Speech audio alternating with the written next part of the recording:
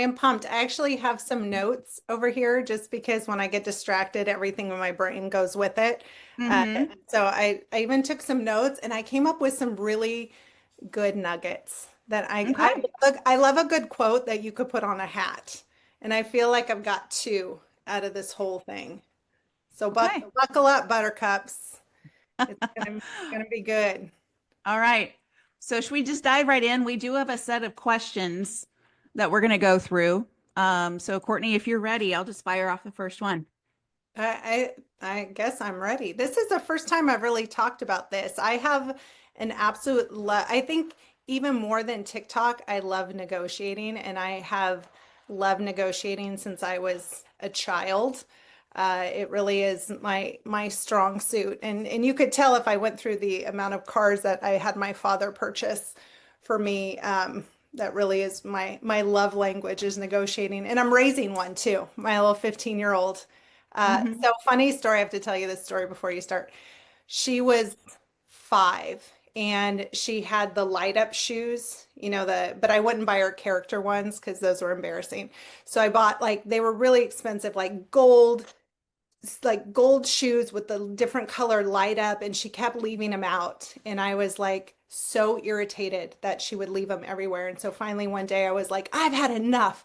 And I opened up the trash can. I said, that's it. I'm sick of picking them up. And I threw them in the trash and I slammed the door. And she goes, she didn't hesitate. She didn't cry. She didn't win. She goes, okay, but I hate to see you waste your money like that.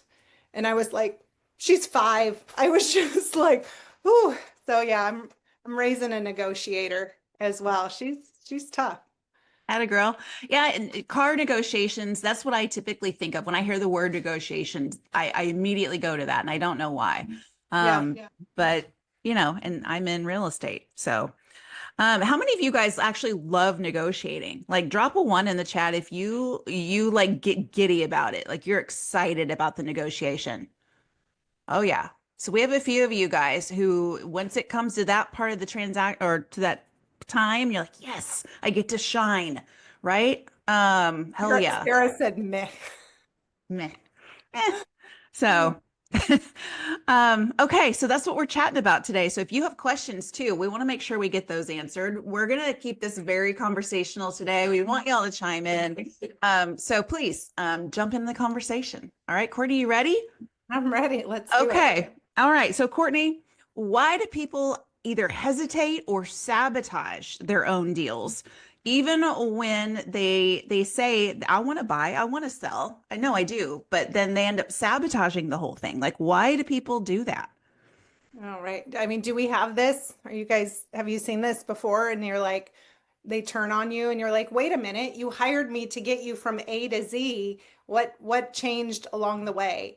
And I think one of the biggest things that when we get into real estate, we think everybody thinks like we do. And we quickly find out that is not the case. And in fact, the two sides think completely differently. At the end of the day, really the summary of everybody in that we work with is fear. That real estate brings out a lot of fear, and ultimately people are just really trying to avoid regret, right? Mhm. Our sellers are trying to avoid regret that when it comes to them selling their house, there's emotion tied into the house, there's ego tied into the house. Like when they turn around to sell, that number, a lot of times that number becomes indicative of just how good of an investor they are, just how good they played the real estate game. And so it can be very triggering for them. For our buyers, there also is a lot of emotion tied to it, and they don't want the wrong house. They're afraid of the problems. Maybe they can't afford it. There's always this level of fear, and it comes out in different ways. So the quicker we can get to the fear, the better. Hmm. Hmm. So do you have a way to go about that? Are you just asking all the right questions up front to see what kind of buyer or seller you're working with, testing the Well, waters you there? know me and my lack of systems, so not really. I think too, the biggest thing that's changed, and we haven't really talked about it from a negotiation standpoint, is we used to be the experts, right? We were the experts. Kim's like, what do you mean we're not the experts? And I saw her eyes go up. We're we are not the keepers of information anymore. Yeah, People go it's to true. ChatGPT. They have True. Zillow that pulls the MLS. They have, so everybody, by the time we've got to them, they've already done their research. They have mass amounts of information. So 10 years ago, we were the keepers of the information. So we instantly came with authority because we had the numbers. What were they going to do without us? Yeah. So now, by the time we get there, they know what the neighbor's house sold for. They know they have a whole thing of information. And so we're arriving on the same playing field. And so, how do we make that switch now? Because what used to give us authority, Yeah. we don't have anymore. And so, ooh, so I came up with here's my first hat, my first new hat quote is that we are emotion and fact curators. That is Woo! that is our Courtney new Benson role, bringing the fire this right? morning. So our job is to provide clarity to that information because by the time we sit down at the table with them and we're talking to buyers or sellers and they have even if they don't bring the papers out, they have all the information, right? And they're almost testing us like, what do you think it's worth? Well, what do you know, and they play that kind of game. So our job is to take the facts that they've discovered and break it down for them based on our experience and what we know how to do. So now we're just providing clarity. So somebody could say, well, I know the neighbor's house sold for X amount of dollars, and I know this, and I know this, and they tell you all these things they know. And my favorite is, well, this is not my first time. I've bought and sold 3 homes before. Everyone, it's always three. Three seems to always be that magic number. And I'm like, that's amazing. And so we acknowledge that. We give people their power. We give them that you've done amazing. That's great. So tell me what you know. And a lot of times I'll sit there and I'm like, tell me what you know. I know by the time I've sat here, you've done all of this stuff. So tell me what you know, and I'm going to help provide clarity and momentum to get you to where you need to go. And Oh, that, that's a that good one. becomes our new job. That's a great one. Especially you guys can tell, right? When you're sitting down with a client for the first time, you know if that client is one that wants to show off what they know, right? Or if they're going to hold it close to the vest. So I love that. Just give them the opportunity, give them the stage, give them the platform right up front so you can just get that out of the way. You're like, all right, lay it on me. What do we know? Right So on we me, what you got? And sometimes I'll even when they give me information, I'm like, you are so good at this. Like, dude, where did you find that? And they're like, like let them give them their moment. I mean, one of the biggest fears, especially buyers and sellers have, is lack of control yeah. and they want to hold on to it, and the more you challenge their control and their authority, the more they're going to fight you.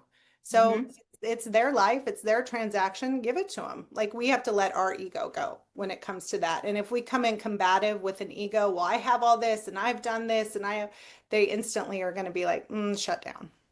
Okay, so I'm going to take that and we're going to roll that into the second question and with a segue here. But let's say through those conversations, you realize, ooh, I'm going to have to give them a reality check and give them some bad news, right? You just know it. You see all the signs. So, what is your go-to strategy that you have? What is your Courtney Benson hack when you're like, ooh, I got to deliver the bad news? Oh, okay. So this is my other hat logo. So first of all, emotion and fact curators. That is what we now are. The second one is give them a prep talk, not a pep talk. And let me tell you what that means, because this is the key to having hard conversations. Your conversations become significantly less difficult when you prep talk somebody. So if I know that we need to drop the price, I've already had that conversation with my seller from day one when they had no emotion involved in it. So I'm always prepping them for what comes next. So when you're sitting down at a listing appointment and you're talking to that client, I love Sharon's 10-10-0. If we don't have, if after 10 days on the market, we have 0 showings, we know we need to reduce the price. If we've had 10 showings and 0 offers, we know we need to reduce the price. So we're having those conversations on day one. So that is a prep talk, right? We're telling them. I also talk numbers. Okay, if we're listed at you know, $600,000, let's say, and we know that we're going to make a price reduction, our first one's going to be to 575,000. Like this is, we need to come, we're not doing it in small increments, especially in this market. We need to make big moves. Otherwise, we're just wasting everyone's time and you're just Mhm. accumulating days on market. So we have those conversations up front. So we're having that prep talk. When you switch it to a pep talk, you're coming from a deficit. You're coming from, I didn't tell you shit up front. So Mhm. now here we are, and we're all, sorry, someone's calling me. Um, Squirrel. So now we're coming from behind, and now I'm having to pep talk you like it's okay. I know. I'm so sorry. Please don't tell people you're sorry. By the way, we have no control over the market. The only thing you should be sorry about is if you're not having the conversations up front because you really are doing them a disservice. So Yeah. you don't want to be in the pep talk. Prep talk, not pep talk. That's That it takes you good. from Isn't being that on the phrase good? That's a good one. I think it takes you from being on the defensive to being on the same team, right? Yes. I think when you prep them appropriately ahead of time, you're on the same team. And you're the thing that you're against is the market. Make the market the bad guy because that's what's controlling all this. Not you, not me. Let's get on the same team. And I like that you've already talked about what that price reduction is going to be up front. That way it's not hitting them out of left field. You're like, "What? You want me to drop it 25,000?" You've already talked about that And we and don't why. have emotion over it. The number's not real yet. It's not, and that's another thing. And Sharon talks a lot about this too. That list price for sellers, when you're talking about emotion, be very clear that that is just a marketing tool. And I do a lot of things through humor. So I will tell them when I sit down with them, buyers and sellers alike, I will say, and this has served me very well. Feel free to use it. Is I will say, hey, before we get started, I have to tell you this. Just know, I'm a straight shooter. That's why I'm sitting here, right? Like, you trust me to tell you the truth. Well, sometimes my truth hurts, right? Like, and they're like, and I always tell them, I say, I'm going to say things during this that you are going to love me and you're going to be like, where can I send you the Trader Joe's gift card? And then on other days, you're going to be like, bitch, don't even call me. Like I said, and they're like, what? We would never. And I'm like, trust, you will. I said, but just always remember when we get to that point, I want you to remember we're on the same team. And the only reason I'm giving you this information is because you can't make the best decision for your family if you don't have it. Are we in agreement? And they're like, yes, thank you. No, no, no, no, thank you. We appreciate it. And then stuff gets sticky and I will revisit that conversation and I'm like, hey, remember when I said I'm gonna say things that you hate? I was like, we're in that moment right now. And they literally will be like, oh, you're right. Good. You're right. So I already told them you're going to love me and you're going to hate me. Just remember, even when you love me and hate me, we're always on the same side. I'm always working on your behalf, even when you don't want to hear it. And so again, that's that prep talk. Yeah. And a couple weeks ago, we had Blake on our Monday call, and he talked about the book, The Full Fee Agent. And the whole premise behind that is defending your value and your compensation and everything that goes along with it. And he does some of the similar scripting from that book, where it coaches your client ahead of time to say, you're gonna, when you have to deliver the bad news, saying, you're not going to like me right now. You're going to hate me. You might even want to fire me. You might even say, why didn't you foresee this ahead of time? So you're planning all that in their heads right now so that when you finally tell them that, it softens the blow somewhat, right? But you've told them ahead of time. So I love A that. lot of times they won't think it's that bad, but it also Yeah. humanizes it. Like people, I don't know if you guys experience this. Buyers tend to make a villain out of the sellers, and sellers tend to make a villain out of the buyers. And they do that on purpose or not on purpose. They do it, I can't say on purpose, without thinking about it, but it is a subconscious decision that they're making because when you dehumanize the other side, it's very easy to do the things that you need to do to advance yourself, right? So if we can think that the buyers don't really have emotions, that they're not worried about getting their kids into school, that they're not worried about all these things as a seller, I'm just worried about myself. And if I can say any request that they have, oh my God, again, why do they want to come back in the house? My God, they saw it once for, 45 minutes. I mean, come on, why do they need to see it again? Well, because it's really expensive and it would be really nice if they, oh God, and they go through this whole thing. But if I go back and say, hey, I'm so sorry, I know this is inconvenient, you're working from home, they're their daughter, she's just a little bit younger than yours. She's so excited to come back and see her new room, and it would help her transition so much better to go into school. You remember when Claire was going into school, and you remember that feeling when you were that age, and they're like, oh no, I get it. And it's just how you say things instead of you cannot become part of the problem. And I see agents do this all the time because it's a lack of self-confidence. So if you're shitty to the other person too because you want them to, like, the Mean Girl Club, you're sitting there and you're like, I mean, right, like her skirt is so bad, even though you like it, you're now part of the problem. So as the agent, do not call your client and be like, can you freaking believe it, they want to come back and look at this house again? I mean, my God, why was 45 minutes not enough, right? Oh, let me see what I can do. You're part of the problem. And now Yeah. you're creating even more drama for yourself. So don't do that. Don't just, you are the one who needs to be in control of your emotions. And if you can't get in check of your emotions, you will never be able to help them. And I do Yeah. think that is the number one sabotager for agents in our business is Yeah. lack of control of emotions. 100%. Ooh, good one, Courtney Benson. Dude, I need some water after that. Yeah. What else you got? Okay. All right. Next question is, you've talked before about knowing when to say something, maybe when to say something, when not to say something. Can you break that down for us? I actually think not speaking, I think we speak a lot and we probably should stop. Um, the constant yammering will really conveys lack of self-control. It conveys lack of authority. When I go to listing appointments, I I used to be with a brokerage that had literally a book. You created a book to take to your listing appointments. And I think the thing was like 75 pages. That is so overwhelming. Like we have this need, there's so much data, and we think if we can give data, that's our value. So we're always like dumping data on people. It is much more impactful to not say 17 things, but to say one thing really well. We also need to learn to sit in silence.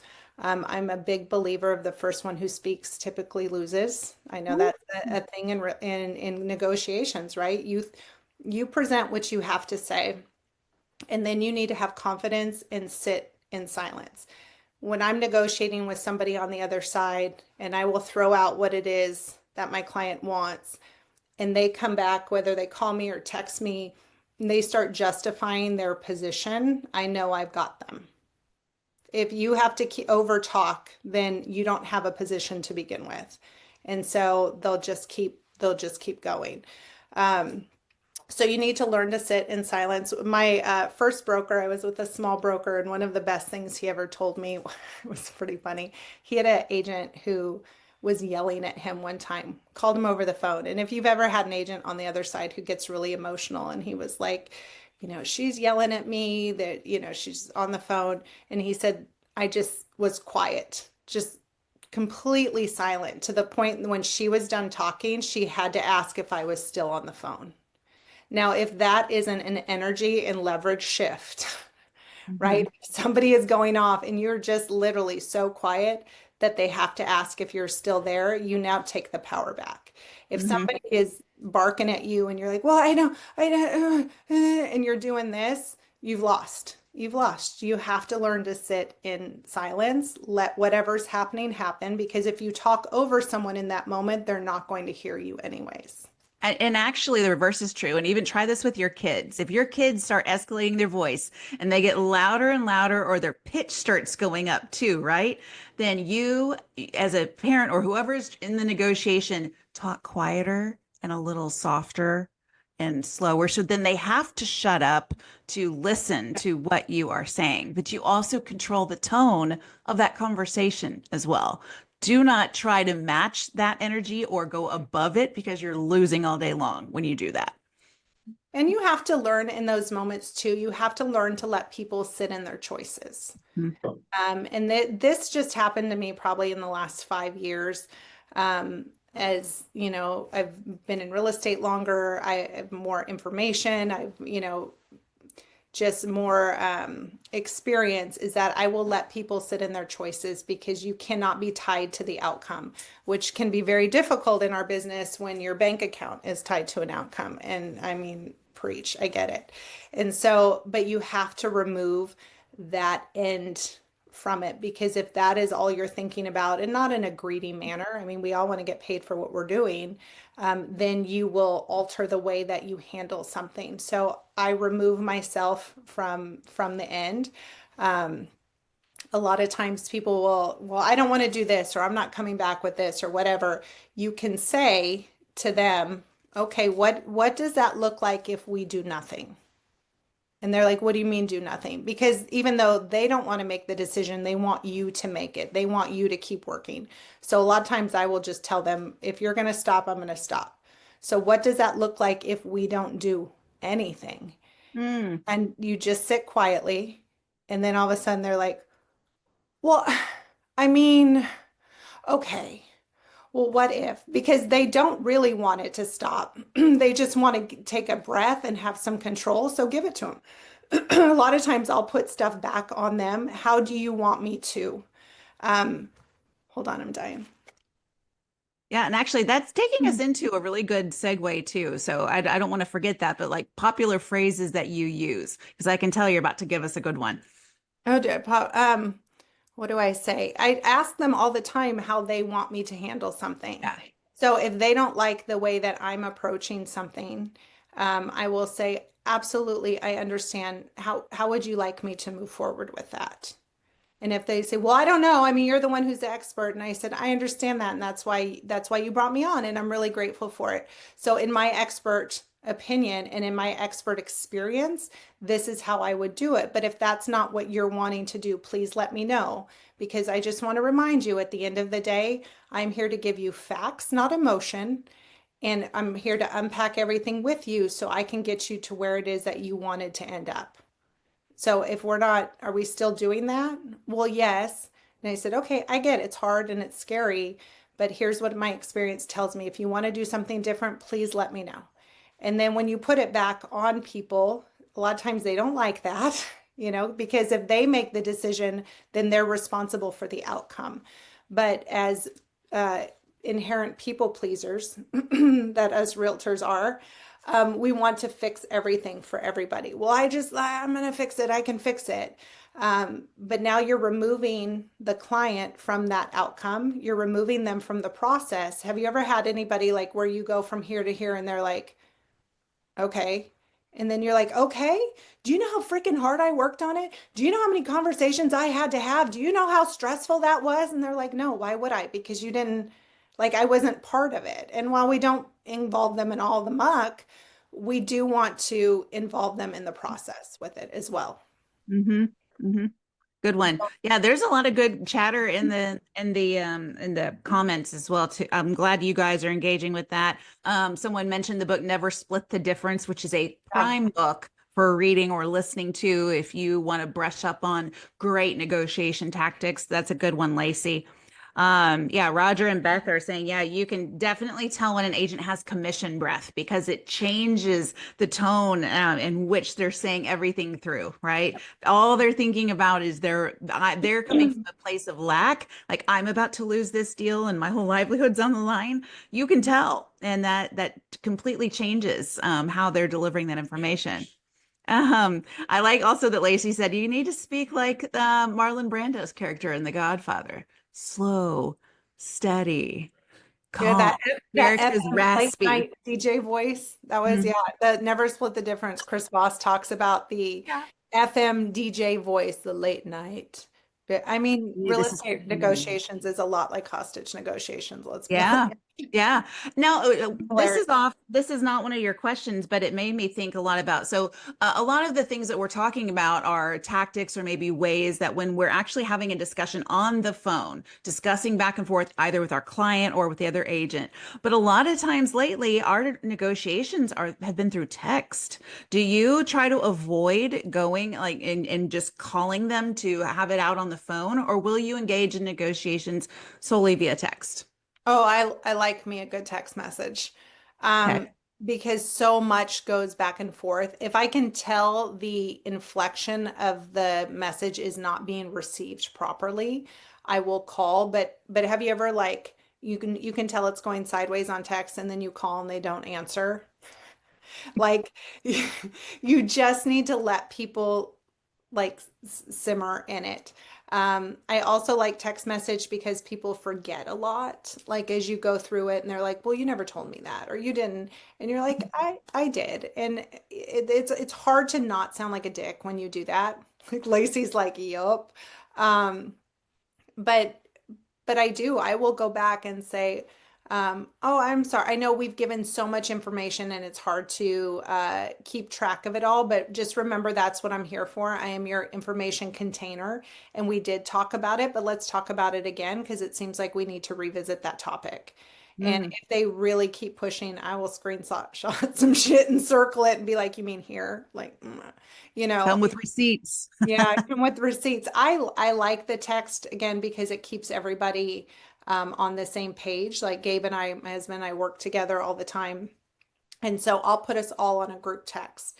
And I always joke, I'm like, okay, guys, here's our dreaded group text. Just remember that this keeps us all on the same page. We all share information in real time and we're able to get to it at the same time. And they appreciate that. Uh, Yeah.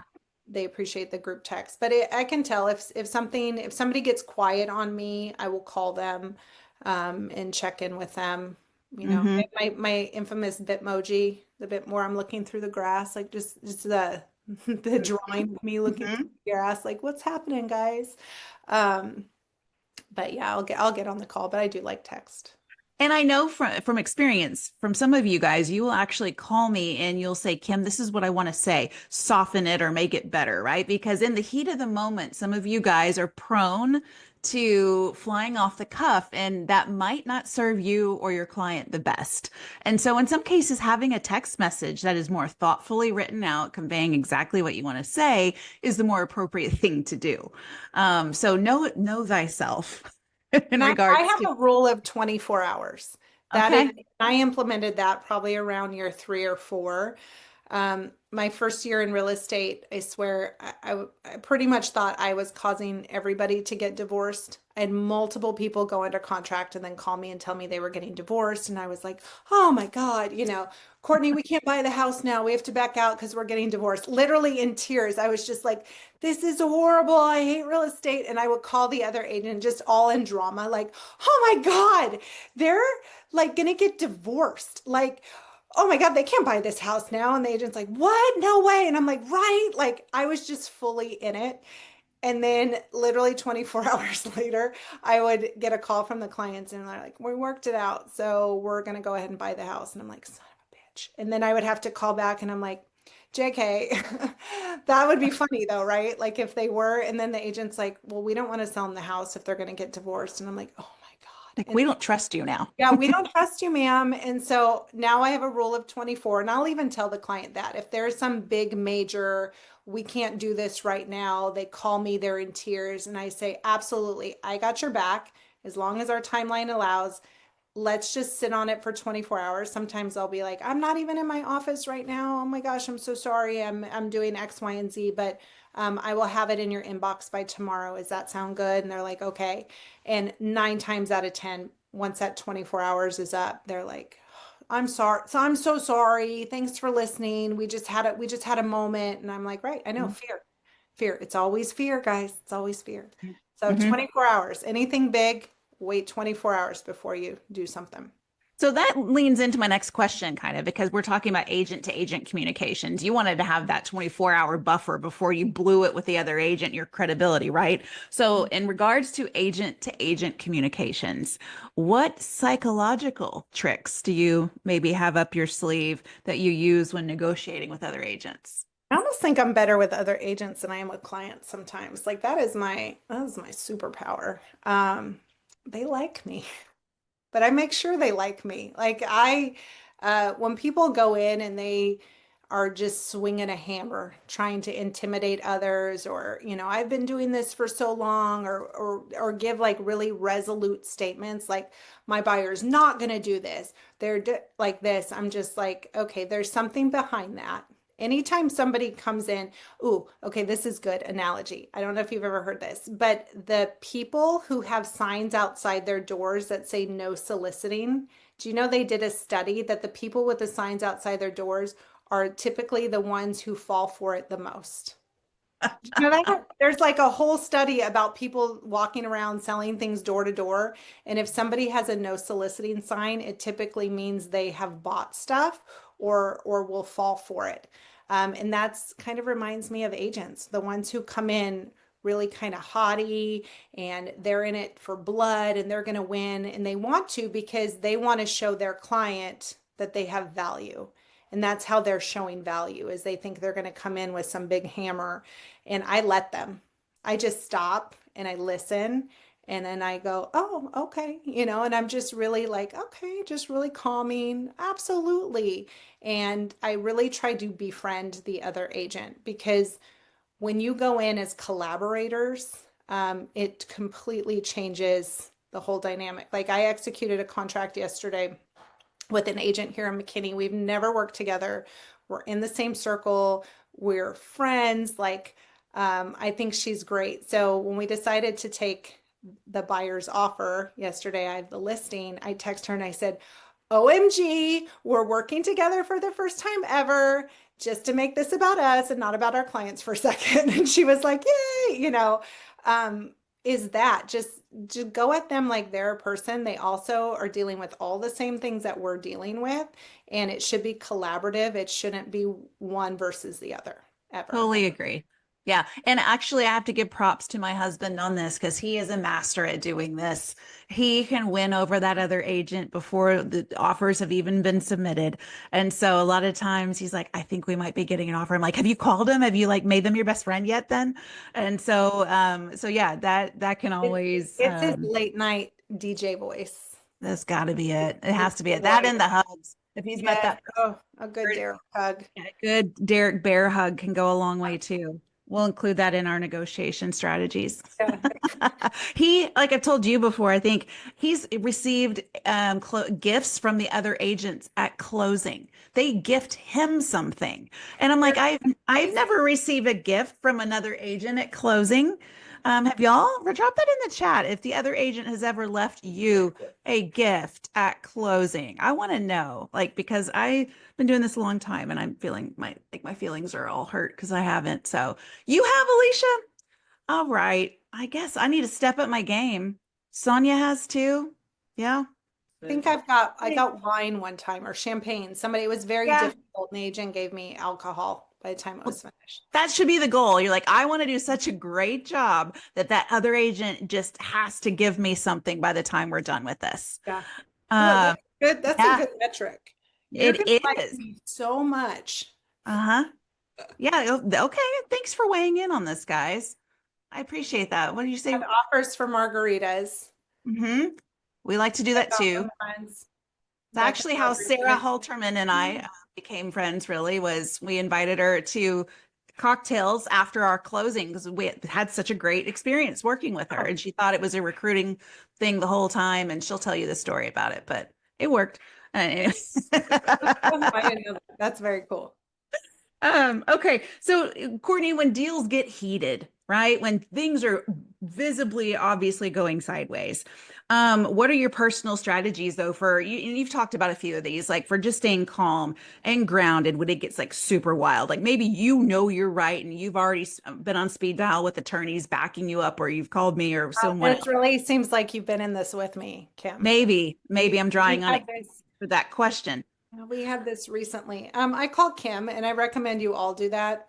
I'll drop her number in the chat. Hold on one second, and just call Kim. Just get it out. I mean, Yep. sometimes we need a good Sam's been vent. there before, been Yeah, taken like several a I call from her. Hmm. I can be pretty unemotional about things in real estate. That has been a gift that I have worked on for years. And I will actually joke about it. But there are some. We had one recently, Kim. I got on the phone with Kim because she was being unethical. This agent was being unethical. I was on the phone with two trial attorneys or litigators. Like, I mean, I just was like, oh yeah, I was right. I ended up being right. I mean, I wouldn't go down that rabbit hole if I wasn't. But I just needed to get it off my chest. So I call Kim, I call Lacey, I will just bitch at my husband, whatever it is. But sometimes I need to do that. Like I need to vocalize my feelings Yeah. before I respond to anybody else. Also, this bad boy right here, right? The Nice journal. plug. Nice. Nice plug. At your local Amazon store. Um, I write it out. I will write out how I want something to go and the outcome, and then I will just put it away. But me personally, I don't internalize things. Um, my daughter is an internalizer. I'm not. If you're within earshot of me, you're gonna hear about it. And that's just how I process stuff. But I do that before I pick up my phone. I do that before I send the text message. I used to not do that. So that has definitely been something that I've learned. You cannot respond when you're having emotion about it. So whatever that is, 5 minutes, 24 hours, whatever it is, you cannot respond with emotion. And I know we're joking right now, but honestly, you please do call me. Because sometimes even in the process of talking it out, you might realize, oh crap, maybe am I in the wrong on this? And you might, as you're discussing it, either think that, or you might think, actually, this isn't as big of a deal, or you'll end up coming up with the solution as you are griping about it. So you've got to unbottle all that because if you don't, it's going to go to the wrong person and the outcome will be skewed crazily. You need to Crazy. like if you're a venter, like I will vent to Kim and sometimes I call her and I'm like, I just need to just say something for 2 minutes, okay? And you're like, okay. And then when I've called you back later, you're like, no, Courtney, you had 2 minutes and your 2 minutes are over. And I'm like, you're right, Kim. Like you can't keep perpetuating it. So whatever it is, there's your outlet. You get it out, write it down, whatever it is, and then you need to move on. If you're continuing it on past the initial just trying to get out your feelings, then you're still not in the right mindset. Hmm. You still need to process it. Okay. All right. I think this might be the last question of what we had written out here. But so we talked about how you keep yourself calm and grounded, but how do you keep your clients like calm and grounded? Like your clients are going batshit, and how do you bring them back down to earth? Right. I revisit why we started this in the Hmm. first place and just taking them back to because again, people are worried about regret. So I will figure out and find out what their fear of regret is. What are they worried about? Was it money? Was it being settled before their kids start school? Is it being close to their family? What would they regret if they didn't move forward with this? And sometimes if maybe the offer is so bad, they would regret taking the offer at that point. Maybe their regret will change as things develop, but you have to find out what their regret is and the fear around that. And then I will bring it back around like a good psychopath. And I'm like, remember, remember when you said, like, no, just you have to remind people why they started. Hmm. Because it can get very muddy throughout it. And maybe it just looks like, oh my gosh, I know this has been so hard and I absolutely understand, but how good is it going to feel when you're in your new house? How good is it going to feel when you get to have dinner with your grandkids on Sunday? Like let's focus on that. How good is that going to feel? And just revisiting what they would regret if they didn't move forward. Now, again, this isn't a tool to be like, their offer's so bad and you're like, don't miss your grandkids over $50,000, jerk. Like it's not that. It's not that. If the fact is they truly what it looks like now and how the market played out, isn't in their best interest and they're telling you that, then that needs to be the conversation Yeah. of, okay, if not now, then when? What does this look like if we do this later? What does it look like to rent your house? What is it? You have to be, again, not tied to the outcome and be able to adapt with them because it does adapt. We just had 3 buyers choose to rent, like one Mm. after another. And Gabe was like, fuck. Like, it was more, again, it wasn't the outcome. It wasn't the outcome of the money, or it was just like, it was just frustrating. One was frustrating because they really should have bought something, but that's a whole nother story. But we weren't tied to the outcome. It was more like, what's the market doing to us? How do we adapt? How do we better serve these people? Because maybe we missed the point, either what they needed changed or we missed the mark. And Yeah. what was it? Good point there, because at the end of the day, the whole goal is to do what's going to be best for our client. And your client can tell if you're in it for you or if you're truly in it for them. And if you're in it for them, then you're gonna have a client for life and they're gonna come back to you and thank you and they'll Yeah. be appreciative. So don't come from a fear-based mindset on all of that, right? So good tactics, good takeaways. Did anyone get some really great words that you've written down in your notes? If you did, what's your favorite takeaway or Courtneyism that you wrote down today that you're going to use in your And, future negotiations? and someone say prep talk, not pep talk, because I literally, when I wrote it, I giggled to myself and then I texted to Lacey. Mm-hmm. And Prep she talk, was not pep talk is a good one. I like that one for sure. I was taking mental notes, Courtney. emotion and fact curators, Ooh. those, Mhm. that again, that's what we're doing. We Yeah. don't have the luxury of being the information holders anymore. Mhm. And so really our job has shifted again. I mean, again, our job is marketing, right? That really has become our number one job. We're marketers first and foremost.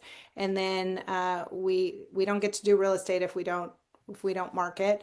Yeah. But really we are clarity keepers. So not fact keepers, we're clarity keepers. So people are going to present us with facts and information, and it is our job to emotionally steer them, regulate the facts, and help them get to where they need to go.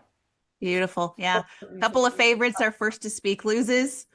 Kelly loved your prep talk. So you got some love there. Oh, WWCS. What would Courtney say? That's a good one. Got it. Kelly also loved the 24-hour wait time.